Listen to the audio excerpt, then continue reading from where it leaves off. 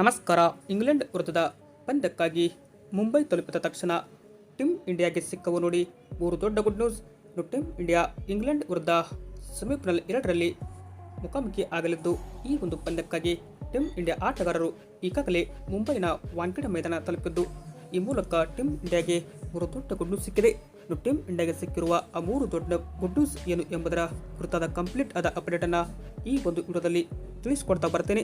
ಆದ್ದರಿಂದ ದಯವಿಟ್ಟು ನೀವೇನಾದರೂ ಇನ್ನೂ ನಮ್ಮ ಒಂದು ಯೂಟ್ಯೂಬ್ ಚಾನಲ್ಗೆ ಸಬ್ಸ್ಕ್ರೈಬ್ ಆಗಿಲ್ಲ ಅಂದರೆ ಈ ಕೂಡಲೇ ಸಬ್ಸ್ಕ್ರೈಬ್ ಆಗಿ, ಹಾಗೆಯೇ ನೀವು ಟೀಮ್ ಇಂಡಿಯಾ ಇಂಗ್ಲೆಂಡ್ ತಂಡವನ್ನು ಸೆಮಿಫೈನಲಲ್ಲಿ ಬಗ್ಗು ಬಿಡದು ಫೈನಲ್ಗೆ ಎಂಟ್ರಿ ಕೊಡುತ್ತೋ ಇಲ್ಲೋ ಎಂಬ ನಿಮ್ಮ ಅನಿಸಿಕೆಯನ್ನು ಕೂಡ ತಪ್ಪದೆ ಈ ಕೂಡಲೇ ಕಮೆಂಟ್ ಬಾಕ್ಸಲ್ಲಿ ಕಮೆಂಟ್ ಮಾಡಿ. ಹಾಗೆ ವಿಡಿಯೋ ಇಷ್ಟ ಆದರೆ ಒಂದು ಲೈಕ್ ಮಾಡಿ. ಇನ್ನು ಭಾರತ ಮತ್ತು ಇಂಗ್ಲೆಂಡ್ ನಡುವೆ ಮಾರ್ಚ್ 5ರಂದು ಮುಂಬೈನ ವಾಂಖೇಡೆ ಮೈದಾನದಲ್ಲಿ ಸೆಮಿಫೈನಲ್ 2 ಪಂದ್ಯ ಆರಂಭವಾಗಲಿದ್ದು, ಈ ಒಂದು ಪಂದ್ಯಕ್ಕಾಗಿ ಟೀಮ್ ಇಂಡಿಯಾಗೆ ಸಿಕ್ಕಿರುವ ಮೊದಲ ಗುಡ್ ನ್ಯೂಸ್ ಏನಪ್ಪಾ ಅಂದರೆ ಸಂಜು ಸ್ಯಾಮ್ಸನ್ ಅವರ ಅದ್ಭುತ ಇನ್ನಿಂಗ್ಸ್.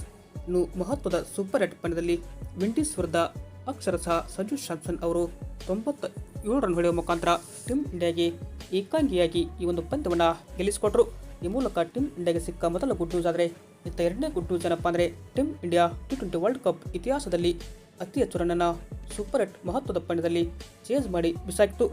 ಈ ಹಿಂದೆ ಭಾರತ ತಂಡ 173 ರನ್ ಚೇಸ್ ಮಾಡಿದ್ದು T20 ವರ್ಲ್ಡ್ ಕಪ್ ಇತಿಹಾಸದಲ್ಲಿ ಅತಿ ಹೆಚ್ಚು ರನ್ ಚೇಸ್ ಮಾಡಿದ ದಾಖಲೆ ಬರೆದಿತ್ತು.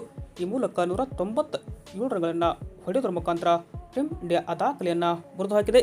ಟೀಮ್ ಇಂಡಿಯಾಗೆ ಸಿಕ್ಕಿರುವ ಮೂರನೆಯ ದೊಡ್ಡ ಗುಡ್ ನ್ಯೂಸ್ ಏನಪ್ಪಾ ಅಂದರೆ ಹೆಡ್ ಟು ಹೆಡ್ ರೆಕಾರ್ಡ್ ನೋಡ್ತಾ ಹೋದರೆ ಭಾರತ ಈವರೆಗೆ ಸೆಮಿಫೈನಲ್ನಲ್ಲಿ ಒಟ್ಟಾರೆಯಾಗಿ 5 ಬಾರಿ ಮುಖಾಮುಖಿಯಾಗಿದೆ. ಅಂದರೆ ಭಾರತ 2007, 2014, 2016, 2022, 2024ರಲ್ಲಿ ಒಟ್ಟಾರೆಯಾಗಿ 5 ಸೆಮಿಫೈನಲ್ ಪಂದ್ಯ ಆಡಿದ ತಂಡವಾಗಿದೆ. ಈ ಮೂಲಕ ಭಾರತ 3ರಲ್ಲಿ ಗೆದ್ದರೆ 2ರಲ್ಲಿ ಸೋತಿದೆ. 2026ಕ್ಕೆ ಮತ್ತೊಮ್ಮೆ ಈಗ ಭಾರತ ಇಂಗ್ಲೆಂಡ್ ವಿರುದ್ಧ ಸೆಮಿಫೈನಲ್ ಹಂತಕ್ಕೆ ಎಂಟ್ರಿ ಕೊಟ್ಟದ್ದು. ಇನ್ನು ಇಂಗ್ಲೆಂಡ್ ವಿರುದ್ಧವೇ ಭಾರತ ಇದು 3ನೇ ಸೆಮಿಫೈನಲ್ ಪಂದ್ಯವಾಗಿರಲಿದೆ. ಈ ಹಿಂದೆ ಭಾರತ ತಂಡ ಇಂಗ್ಲೆಂಡ್ ವಿರುದ್ಧ 2022ರಲ್ಲಿ ಮುಖಾಮುಖಿಯಾಗಿ 10 ವಿಕೆಟ್ಗಳ ಹೀನಾಯ ಸೋಲನ್ನು ಅನುಭವಿಸಿದರೆ, ಇತ್ತ 2024ರಲ್ಲಿ ಭಾರತ ಇಂಗ್ಲೆಂಡ್ ತಂಡವನ್ನು ಸೆಮಿಫೈನಲಲ್ಲಿ ಬಗ್ಗು ಬೆಳೆದು ಫೈನಲ್ಗೆ ಎಂಟ್ರಿ ಕೊಟ್ಟು ಟ್ರೋಫಿಯನ್ನು ಎತ್ತಿ ಹಿಡಿದಿತ್ತು.